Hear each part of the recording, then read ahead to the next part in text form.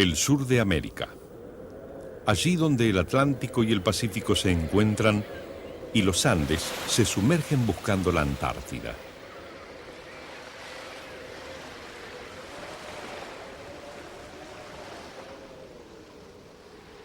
Escenario que es testigo de un episodio de siglos, el colonialismo.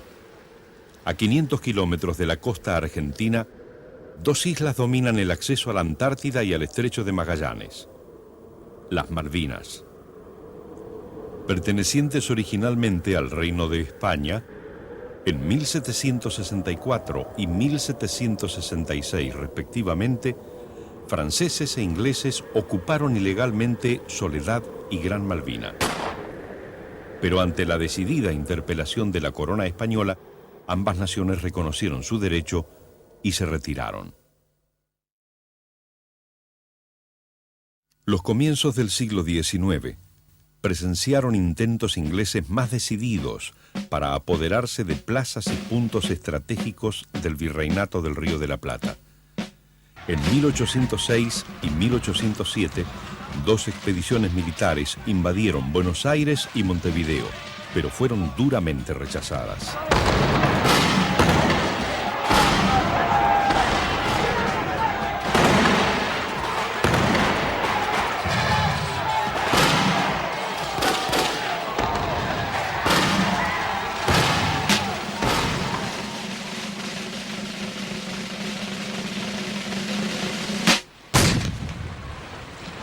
En 1829, la joven nación argentina intentó poner coto a la pesca de ballenas y caza de lobos marinos practicadas principalmente por naves norteamericanas.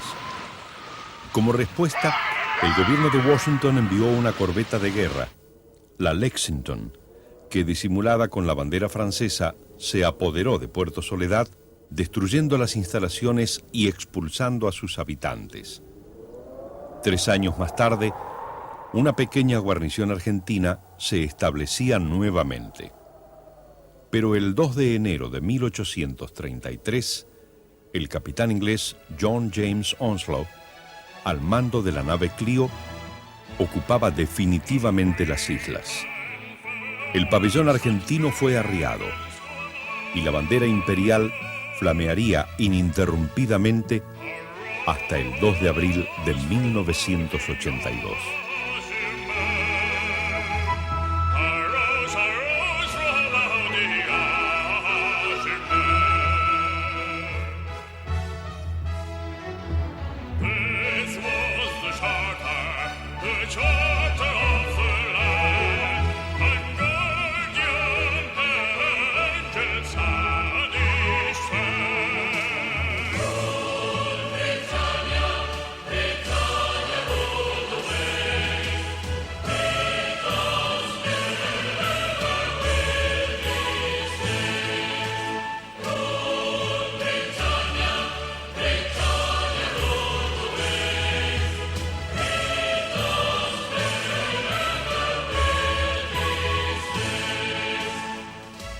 En 1908, en un documento llamado Carta Patente, el rey de Inglaterra incluyó entre sus dominios las Islas Malvinas, Sandwich y Georgias, el extremo sur de la Patagonia argentina y los territorios chilenos continentales e insulares correspondientes.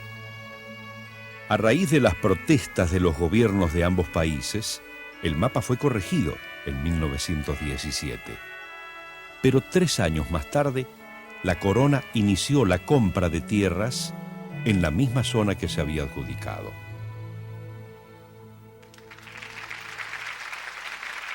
En 1948, estando la Argentina bajo el gobierno del general Perón, Inglaterra despachó hacia las islas buques de guerra. Esa presencia bélica tan próxima a las costas inflamó por igual los ánimos de argentinos y chilenos, y en forma conjunta los presidentes de ambos países movilizaron efectivos navales y militares. La intervención diplomática de Estados Unidos descomprimió la situación.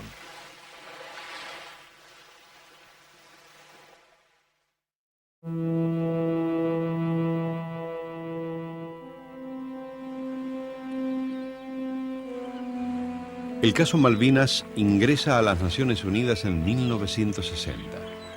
5 años más tarde, la Asamblea General emite la Resolución 2065, invitando a los gobiernos de Argentina y el Reino Unido a llevar adelante las negociaciones sin demora, teniendo en cuenta los intereses de la población.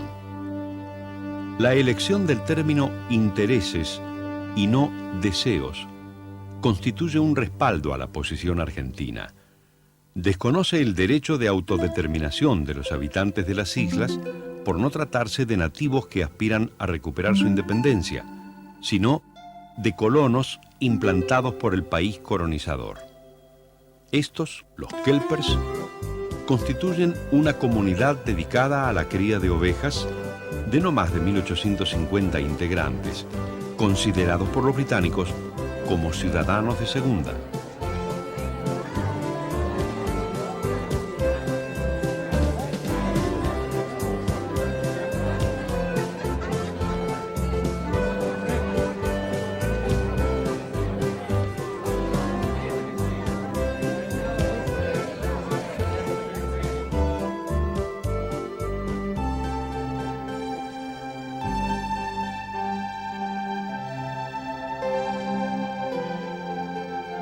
En 1967, Inglaterra anuncia formalmente que considera posible la cesión de la soberanía bajo ciertas condiciones. Pero los intereses del lobby que representa a las islas frenan el proyecto, pretextando respetar el deseo de los pobladores.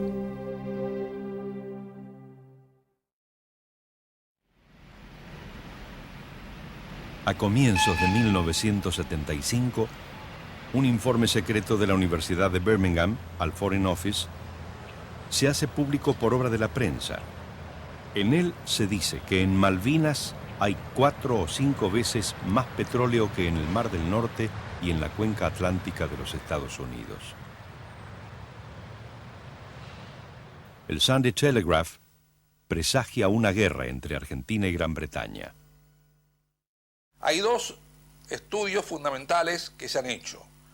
Uno es el de Bernardo Grosling, que sostiene que la Argentina tiene en la plataforma continental argentina 200.000 millones de barriles. Es una cifra tan extraordinaria que si uno lo multiplica por $22 el barril, resultaría una estimación de 4 billones de dólares. Cifra prácticamente que entra dentro del campo de la fantasía.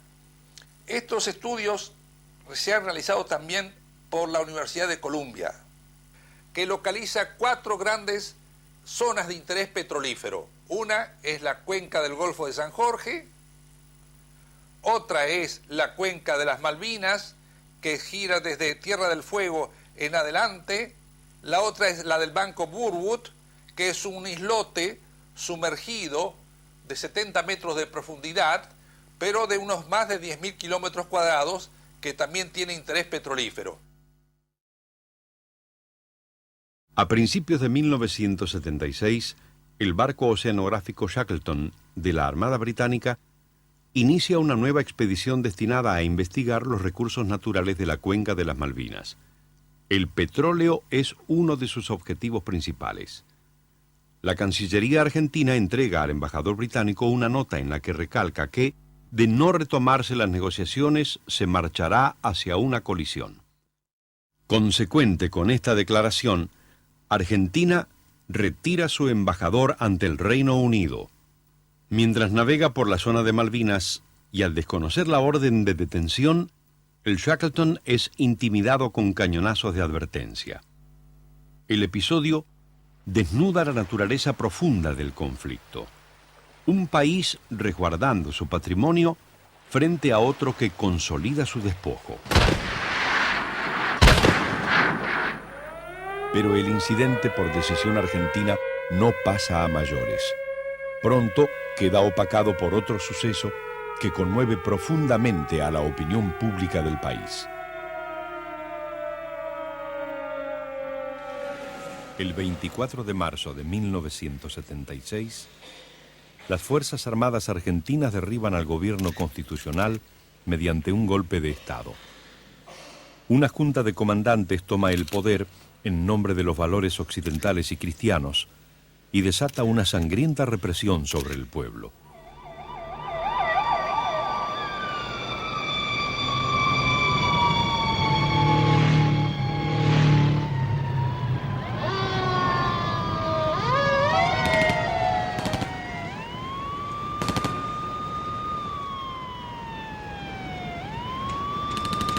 Lo exige el plan económico previsto. Se trata de devastar la industria local y abrir los mercados para la invasión de manufacturas y capital financiero.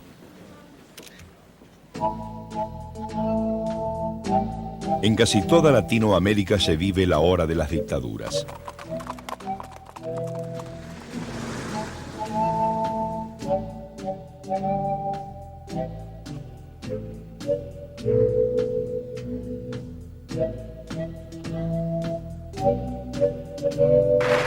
No son la manifestación del subdesarrollo, sino la imposición del mundo desarrollado de poderosos intereses que, en nombre del anticomunismo, destruyen la democracia para iniciar el nefasto ciclo de la deuda externa.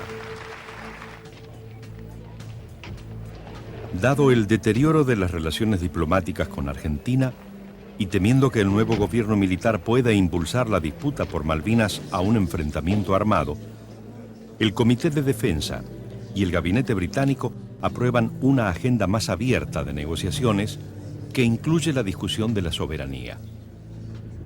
Como tantas otras veces, la oferta de negociación es acompañada por el envío secreto de buques de guerra y submarinos nucleares al Atlántico Sur.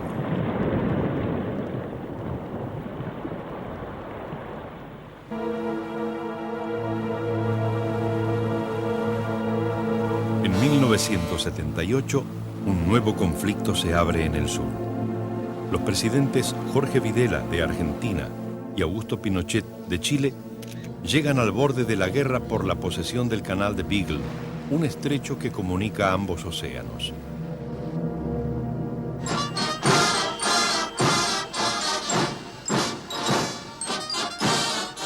La intervención norteamericana logra imponer la mediación del Vaticano entre ambos dictadores, a los que considera sus aliados.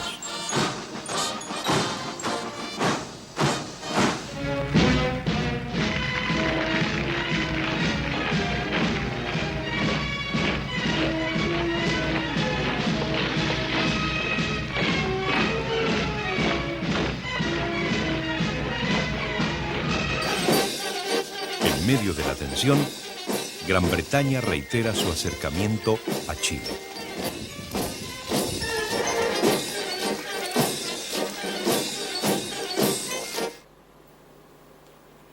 Entretanto, en el cuartel general de la CIA en Virginia, la inteligencia norteamericana analiza los relevamientos efectuados por el buque oceanográfico Glomar Explorer en la región Atlántico Sur. En el informe presentado ante el Capitolio, se sostiene que en el área Malvinas hay 9 veces más petróleo que en el Mar del Norte.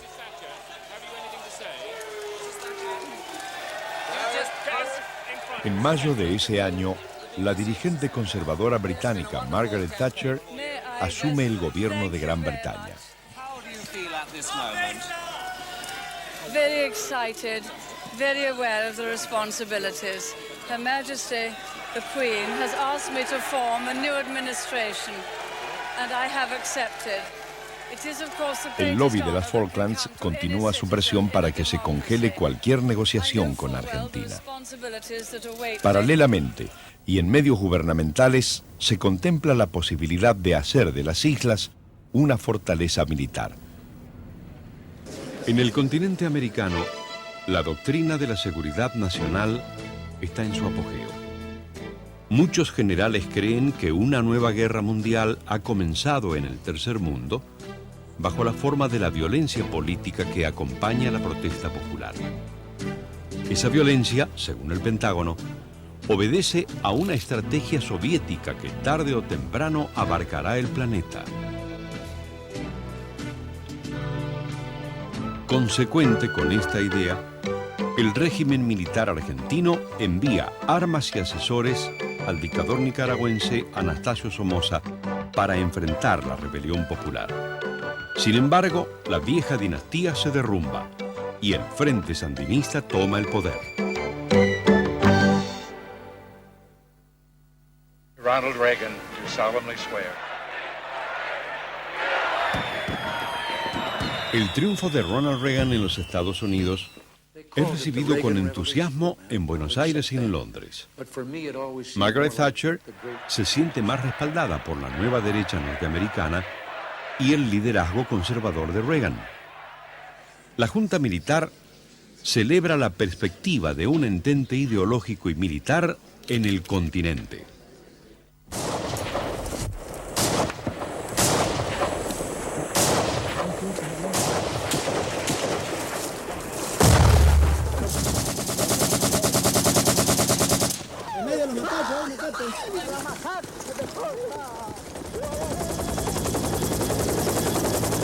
Más adelante, la intervención argentina en países centroamericanos es planificada bajo la supervisión de la CIA.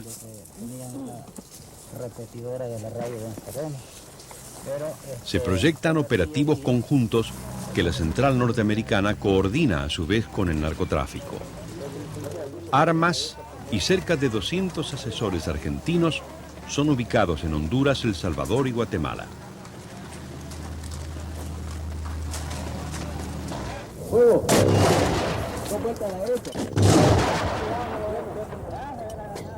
Los contras nicaragüenses viajan secretamente a Buenos Aires para recibir entrenamiento y organizan su ejército mercenario dirigidos por el subjefe de la inteligencia militar argentina.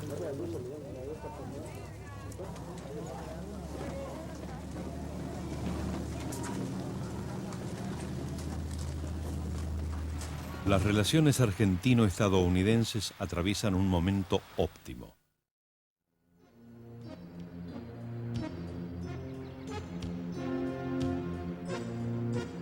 El general Galtieri realiza 2 visitas a Estados Unidos y es recibido como un gran aliado.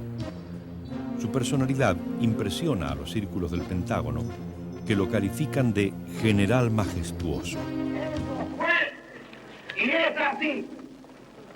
Y la persistencia vulnerar la imagen de la sociedad nacional tras la pantalla de los derechos humanos solo puede reconocer como fundamento la complicidad, enajenación, ignorancia supina o irresponsabilidad moral.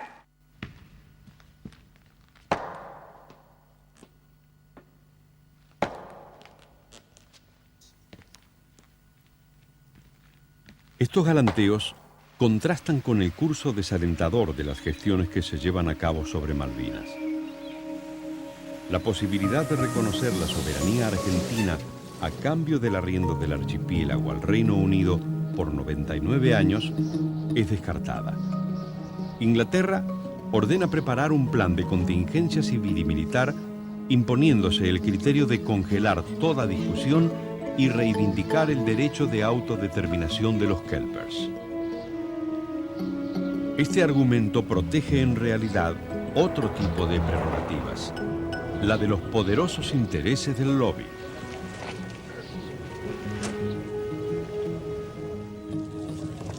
La presión del laborismo y la crisis económica que impulsa un enorme desempleo hackean al gobierno de Margaret Thatcher. Mientras se suceden las manifestaciones, la primer ministro decide la liquidación de gran parte de la flota de superficie para ser reemplazada por costosos submarinos nucleares, los Trident. El laborismo enfrenta esa decisión y se opone también al establecimiento de misiles crucero en territorio británico.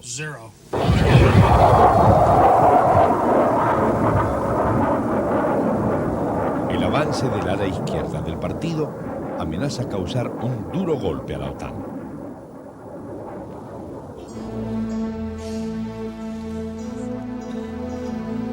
En Buenos Aires, la crisis política y la falta de progresos económicos apuran la intrascendente gestión del segundo presidente del proceso militar, general Roberto Viola.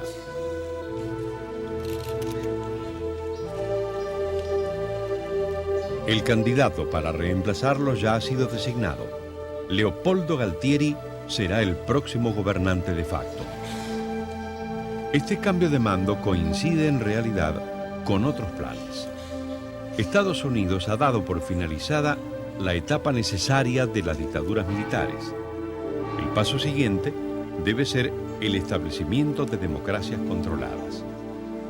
En cumplimiento de esta consigna, el general Galtieri convoca a representantes de los partidos políticos restringidos hasta entonces por el régimen.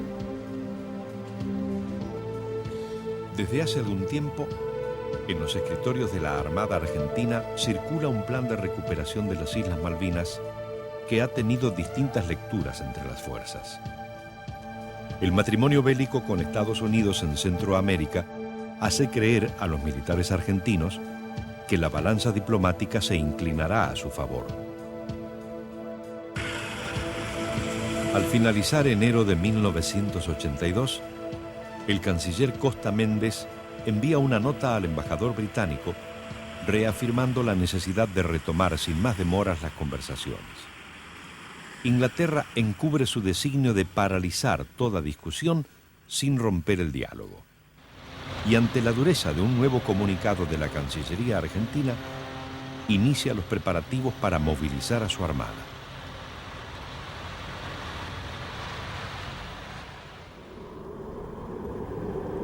Las aguas del Atlántico Sur se recalientan.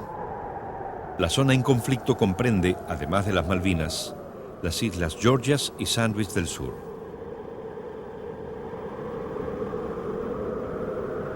Precisamente, en las Georgias y próximos a Puerto Leith, se levantan los restos de una vieja factoría ballenera.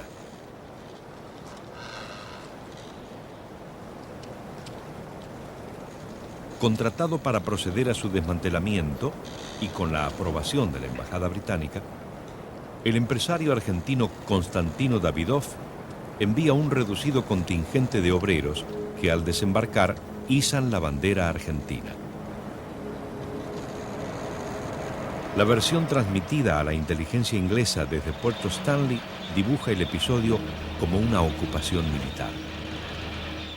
Señor Davidoff, ¿su empresa actúa por qué en esas islas?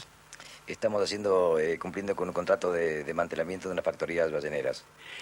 ¿Es por delegación de tareas de alguna empresa extranjera? Es una empresa, la nuestra es una empresa argentina, hemos contratado con una empresa extranjera británica y estamos ejecutando los contratos de desmantelamiento. ¿Su personal, cuántos son? 39 trabajadores. ¿Ese personal está armado? Le puedo contestar y negar rotundamente que ese personal está armado. Davidoff y su grupo de obreros no fueron una maniobra de la Armada Argentina para generar una excusa para ir a la guerra, como es la hipótesis británica y generalmente difundida incluso en la República Argentina. Davidoff informa a la Embajada Británica en Buenos Aires que está por ir a este tercer viaje, informa oficialmente a la embajada, da la nómina de obreros que van a ir, indica el buque de transportes navales que lo va a llevar, la fecha de zarpada y la fecha de llegada. En ese momento del tiempo, reunidos en Malvinas, están tres personas importantísimas. Está el capitán del Endurance, el capitán Barker, está el gobernador de las islas, Rex Hunt, y está también un lord británico, Lord Buxton, que es un fiel admirador del sistema de vida de las islas, que además tiene acceso a medios de comunicación masivas en Inglaterra por su posición dentro de los sistemas de comunicación en Londres, y que es miembro del Grupo de Presión de las Islas Malvinas, que es el lobby oficial de las islas frente a la Cámara de los Comunes. Ellos tres se juntan y hacen un informe casi en forma simultánea con el desembarco de los argentinos en Georgias, indicando que se trataba de un tanteo de la Argentina para organizar una invasión a las Islas Malvinas. Y exageran los patrones de conducta de los argentinos en las islas. Indican que se bajaron con armas, que hubo disparos, que hubo uniformes, que es claramente una invasión militar de Georgia. Gran Bretaña, a su vez, ha hecho averiguaciones por otra parte, no dependiendo de Stanley, sino de la gente del grupo antártico británico que estaba en Grytviken y que comienza a informar que se había exagerado lo que había salido de Stanley. Por lo tanto, tenemos que suponer que lo que había salido de Stanley había sido no solamente premeditado, sino exagerado a propósito para la búsqueda de un objetivo concreto. Londres promete a los oficiales argentinos de que va a comenzar a deflacionar, a quitarle peso a esa información, aceptan la información argentina, se excusan de haber protestado de una manera tan fuerte e indican que lo más importante ahora es ver cómo se puede negociar una salida con honor para ambas partes. Curiosamente, esa misma noche, en el periódico vespertino en Londres, sale la noticia con una fórmula de palabras donde se habla de una invasión argentina a Malvinas. Todos los diarios británicos de mayor tiraje toman esta noticia y acusan al gobierno de la señora Thatcher de dejadez en lo que hace a la postura defensiva de ese país.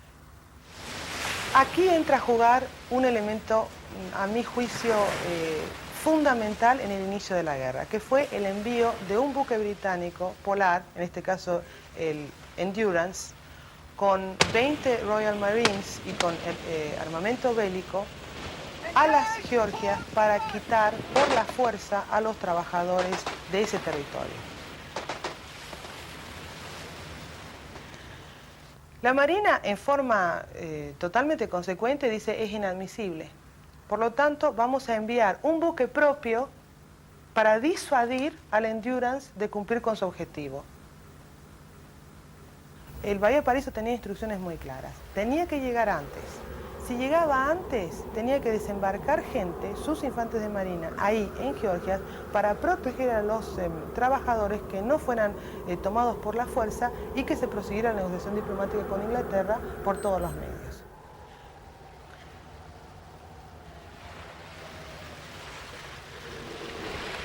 Si llegaba tarde, no tenía mandato de intervenir al Endurance. Eso también, si uno asume que la Argentina quería una excusa para intervenir militarmente en Malvinas, qué mejor excusa que permitir que sacaran a los obreros en el Endurance, atacar al Endurance o incluso más, permitir que los llevaran a Malvinas y luego atacar Malvinas para recuperarlos. Llega el debate del día 23 y en ese debate se origina como un regreso al tema imperialista británico. Hay pedidos de renuncia de primer ministra, hay un ataque muy grande a su política de defensa y una exigencia, primero, de que el Endurance sea enviado indistintamente de lo que los argentinos hubieran hecho o no. Segundo, de que como el tema Georgias demostraba la mala intencionalidad argentina en el tema Malvinas, había que congelar definitivamente toda negociación de soberanía con los argentinos por el tema Malvinas, había que montar una estructura de defensa estable y permanente en las islas. Los diarios al día siguiente de ese debate empiezan a sacar información de que habrían zarpado desde Inglaterra un par de submarinos nucleares de interdicción hacia Malvinas. Por otra parte, se registran desde España, y lo dice muy bien el diario El País, movimientos en los buques alrededor de Gibraltar, ingleses pertenecientes a la OTAN, que empiezan a movilizarse hacia el sur. Otra información que llega es que se duplica el contingente militar británico en Malvinas y que desde el Caribe, donde está Belice, que es también una colonia británica, empieza a bajar un destructor que estaba haciendo operaciones y ejercicios con los Estados Unidos.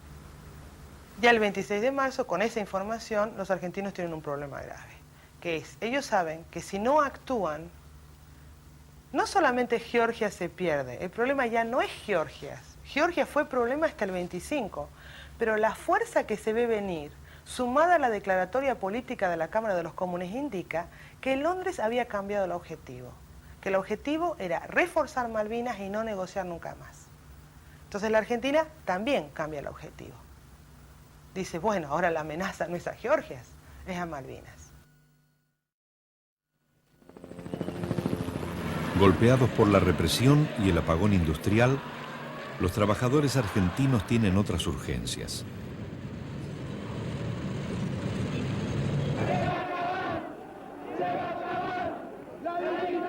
Desafiando las prohibiciones, la Central Obrera convoca a una marcha en demanda de paz, pan y trabajo a realizarse el 30 de marzo. El régimen responde con su violencia habitual y los manifestantes son castigados con gases y a garrotazos. 24 horas más tarde, zarpa la flota argentina. Y el día 2 de abril, tras un breve enfrentamiento, cae la guarnición británica en Malvinas. La consigna de los mandos que dirigen el operativo precisa que, aún al costo de tener muertos o heridos en las propias filas, no deben provocarse bajas en el bando enemigo.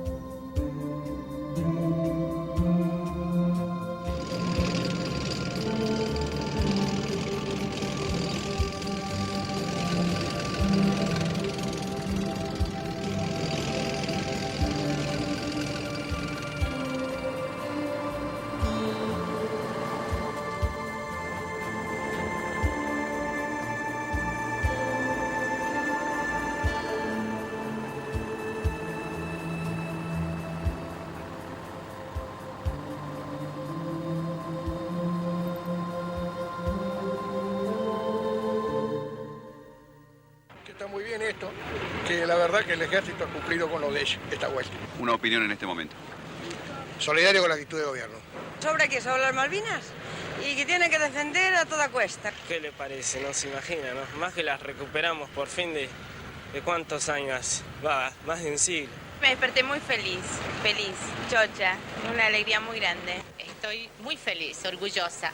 La emoción más grande que tuve esta mañana fue cuando vi que habíamos tomado otra vez las Malvinas. Sobre lo que está ocurriendo me parece perfecto, pero no sé las consecuencias que va a tener esto.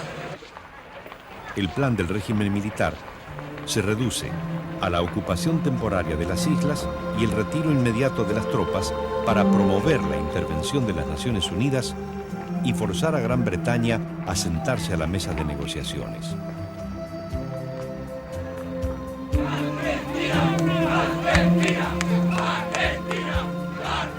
El esquema da por segura la neutralidad de Estados Unidos y un Galtieri exultante habla a los argentinos desde los balcones de la Casa Rosada.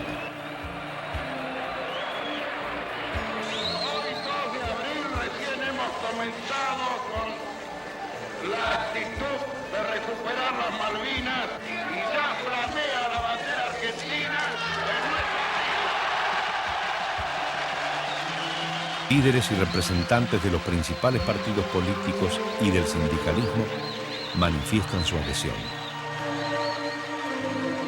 También los que llegaron de distintas latitudes, escapando de la pobreza o las persecuciones políticas, abrazan la causa del país que les abrió sus puertas y les brindó las mismas posibilidades que a sus hijos.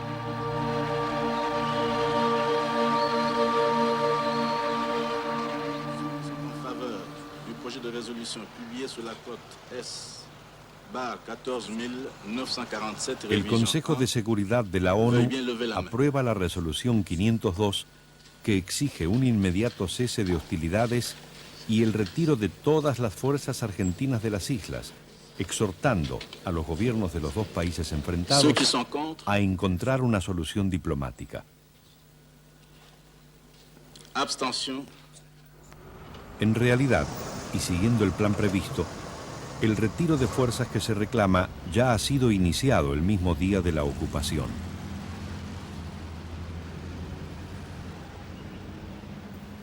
Pero la vía de las negociaciones no resuelve los intereses de Margaret Thatcher. El día 3, y luego de un escandaloso debate en el que ella y Lord Carrington son acusados de incompetentes, convence al Parlamento y al gobierno de marchar a la guerra. The government has now decided that a large task force will sail as soon as all preparations are complete. It's an immense task. It's a very great honor. It's a heavy responsibility, and I can only say that I will discharge it to the best of my responsibility. Thank you very much. Francis Pym es designado nuevo canciller y la primer ministro anuncia oficialmente la partida del grueso de la Fuerza Aeronaval, cuyo objetivo es la recuperación de las islas.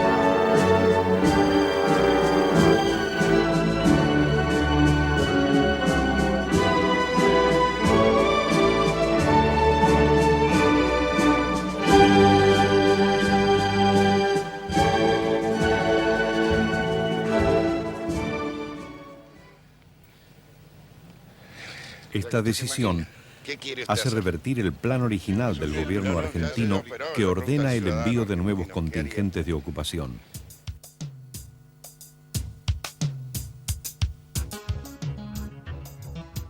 Muchos de ellos se integran con una gran cantidad de jóvenes recién incorporados y con escasa instrucción militar.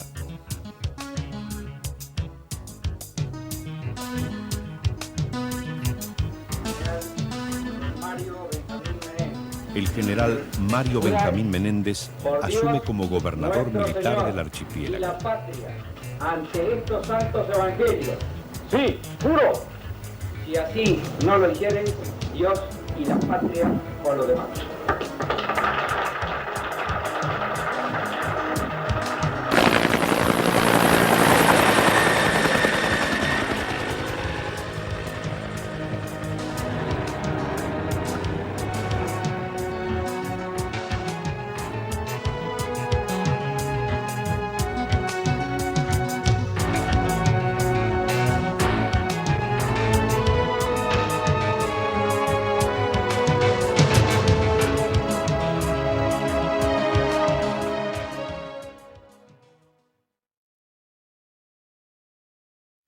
Estados Unidos ofrece a su secretario de Estado Alexander Haig como mediador en el conflicto, al tiempo que lanza una serie de satélites especiales que avisan a Londres sobre los movimientos de las fuerzas argentinas y pone a disposición de Gran Bretaña la base de la isla de Ascensión.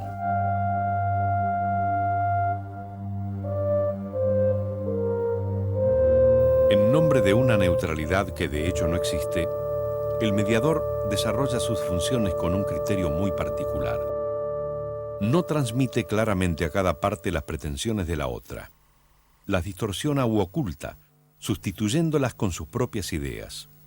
Los puntos básicos de su plan son el desvío de la flota británica, el retiro de las fuerzas argentinas de ocupación y la instalación de un contingente de paz integrado con efectivos de Canadá, Estados Unidos y 2 países latinoamericanos.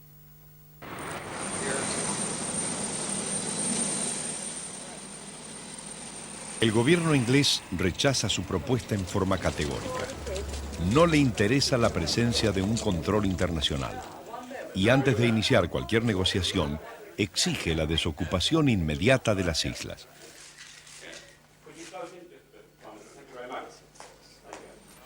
La opinión pública, fanatizada por una intensa campaña publicitaria, ya está encuadrada en el razonamiento que presidirá el conflicto. La democracia inglesa se enfrenta con el fascismo argentino. Del otro lado del mar, un pueblo postergado por siglos de sujeción a intereses coloniales, descifra la guerra de otro modo. Ha transmitido a sus hijos de generación en generación la voluntad de recuperar la tierra que le pertenece por legítimo derecho. Sabe muy bien que la flota en viaje no viene a liberarlo del terrorismo de Estado, sino a defender los intereses de la potencia imperial. Cuando Haig llega a la Argentina, lo espera una manifestación de más de 100.000 personas que acusan a Londres de piratería y cantan Malvinas sí, proceso no.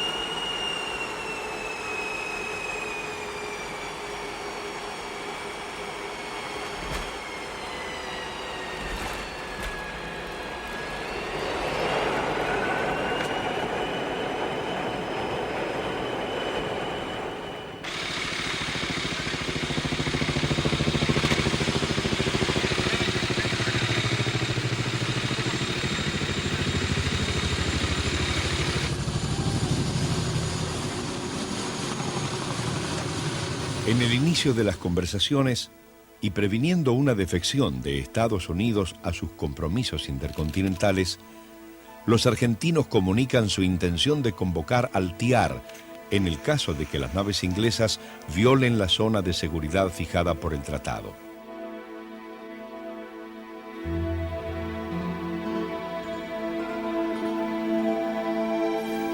El requerimiento básico de la Junta se limita a la inclusión de la soberanía como tema primordial en las negociaciones. Garantiza los derechos e intereses de los isleños. Acepta el control de una fuerza internacional de paz y ofrece compartir la administración del archipiélago con Estados Unidos y Gran Bretaña.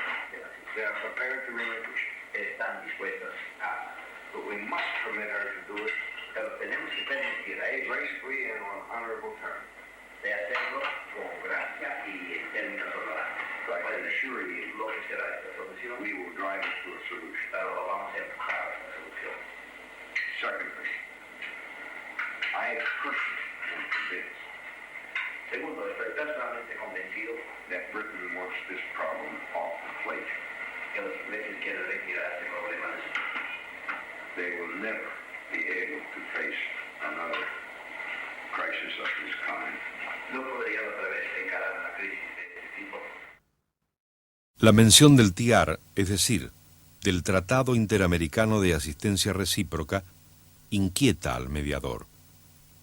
Firmado en 1947, los Estados americanos se obligan en él a defender solidariamente la seguridad territorial de cualquiera de sus miembros frente a un ataque o amenaza extracontinental. En los hechos, ha servido a los intereses estratégicos de Estados Unidos, pero ha llegado la hora de utilizarlo con un fin legítimo, comprometiendo al país hegemónico a pagar el costo de su dominación.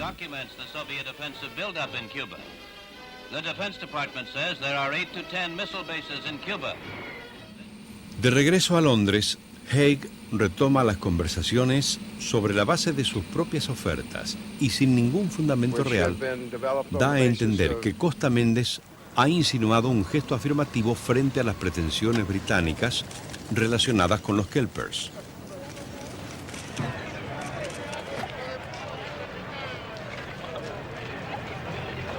En su segundo viaje a Buenos Aires, Haig repite la artimaña de no revelar las exigencias británicas en toda su crudeza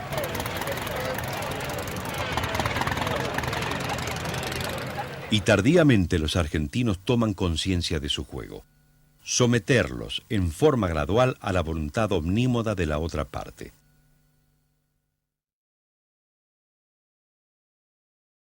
El entendimiento es posible si aceptan incondicionalmente el retorno a la situación previa al 2 de abril.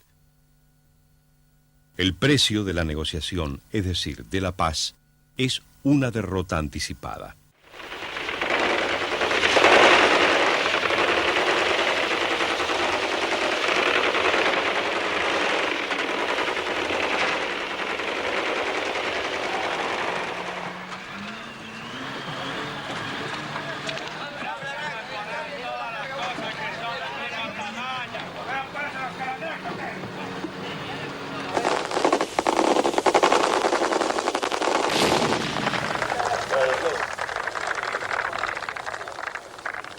¿Cuál es el ánimo que reina? La verdad. El ánimo es bastante bueno. Bastante elevado el ánimo. El ánimo que nosotros tenemos acá es muy elevado. O sea, pasamos, nos divertimos, jugamos, conversamos. ¿Están esperando a los ingleses? Sí. Ya estamos aburriéndonos de esperar lo que la estamos esperando. Y no viene más estos tipos. Hay que se apure.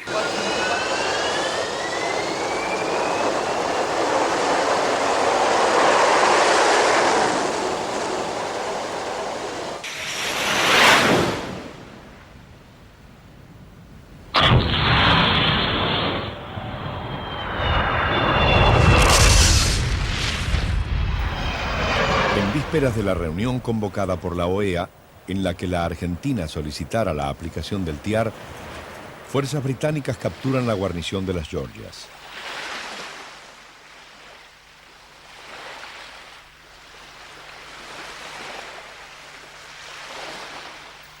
La pequeña tropa encargada de la defensa ha sido comandada por el teniente de navío Alfredo Astiz, reclamado por los gobiernos de Suecia y Francia como consecuencia de graves violaciones de los derechos humanos.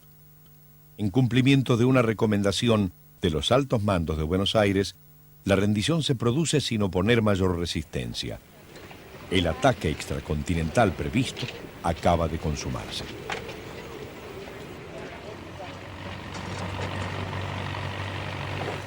Rejoice at that news and congratulate our forces and the Marines. Good night.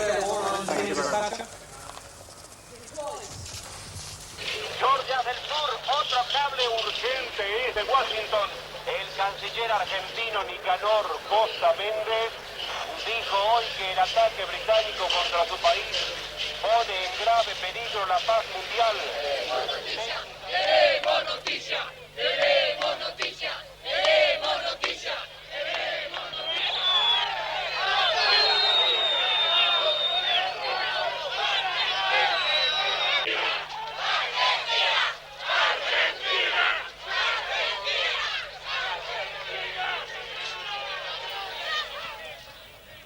El 26 de abril, los países latinoamericanos, especialmente Panamá, Perú y Venezuela, defienden fervorosamente la posición argentina y repudian al Reino Unido. Luego de su discurso, Costa Méndez es ovacionado durante 20 minutos.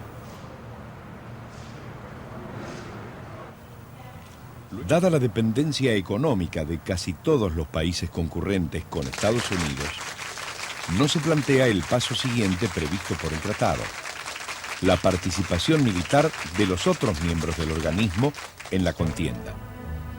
Pero la victoria diplomática deja otro saldo. Superando una larga historia de balcanización, América Latina vive una hora de unidad sin precedentes. Movilizaciones y expresiones de respaldo antiimperialista dejan atrás las diferencias políticas, los intereses minoritarios, y en el abrazo de los pueblos se expresa el anhelo de la gran nación americana que el colonialismo se ha encargado de aplastar.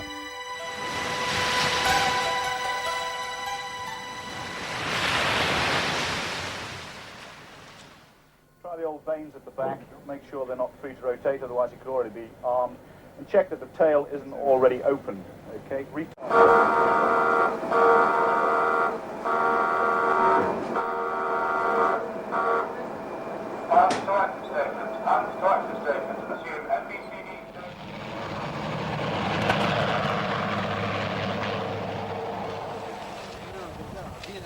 Aprovechaban el rollo amarillo, un poco para adentro, ahí está.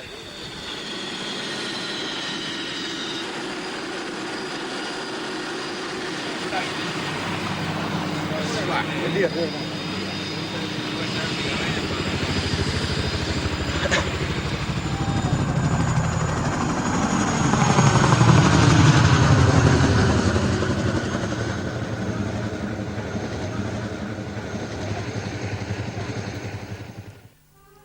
Previamente a la reunión del TIAR, Haig esboza una propuesta final norteamericana dirigida a las dos partes. Al hacerse efectiva la presentación oficial, sus términos resultan inaceptables en Buenos Aires. Prevé la reposición del gobernador británico. Establece plazos ilimitados para la discusión de la soberanía e ignora la resolución de las Naciones Unidas que favorece el reclamo argentino. Si bien ha desaprobado secretamente el plan, Margaret Thatcher, en complicidad con Haig, aprovecha la negativa de la Junta para endilgarle unilateralmente la responsabilidad en el fracaso de la negociación. Estados Unidos da por terminada la gestión y clarifica sin rodeos su papel en el conflicto. Declara abiertamente su apoyo político, diplomático y militar a Gran Bretaña, al tiempo que anuncia una lista de sanciones contra Argentina. We must take concrete steps to underscore that the United States cannot and will not condone the use of unlawful force to resolve disputes. El mismo día que se realizan estas declaraciones, entra en vigencia la zona de exclusión marítima anunciada por Inglaterra, un área circular de seguridad trazada en torno de las islas y de 200 millas náuticas de radio. Todo buque o avión argentinos hallados dentro de dicho contorno estarán expuestos al ataque de las fuerzas británicas.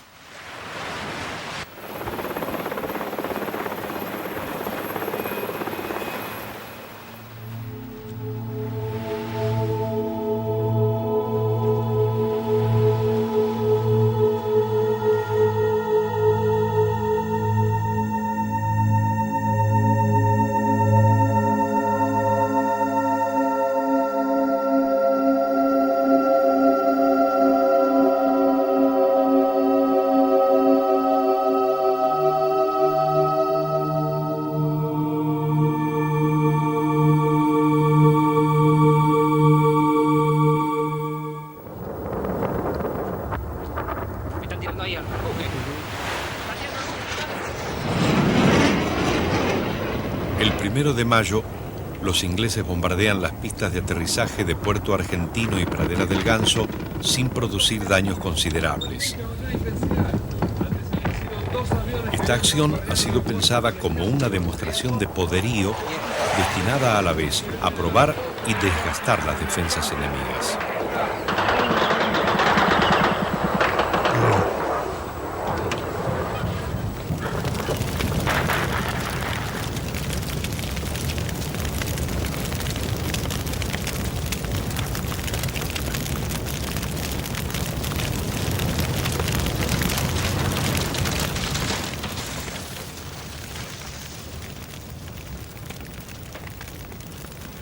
Cinco aviones argentinos son destruidos, pero en esa jornada el submarino San Luis logra averiar al destructor Exeter.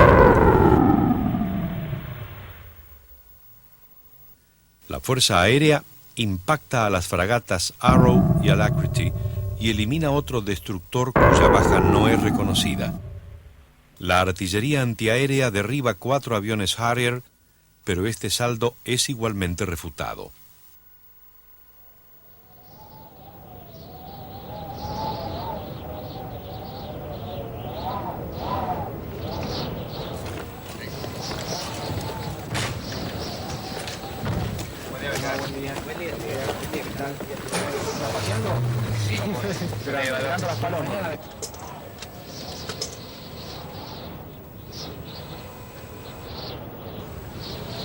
Mundo duerme, nadie sale del pozo.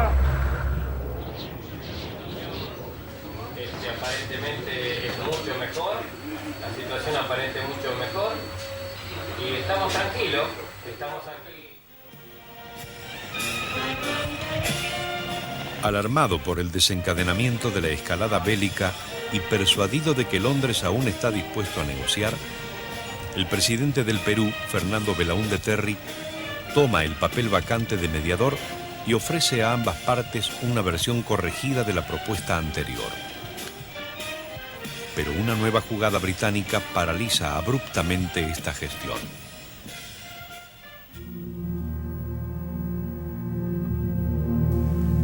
Aproximadamente a las 16 horas del día 2, y escoltado por 2 destructores, el crucero General Belgrano navega en dirección al continente. Desde hace varias horas, y sin saberlo, el convoy cuenta con un nuevo acompañante, el submarino nuclear Conqueror. Dado que el buque perseguido está claramente fuera de la zona de exclusión y que el rumbo tomado lo aleja cada vez más de ese área, el jefe de la flota vacila en dar la orden de fuego. Solicita permiso a Londres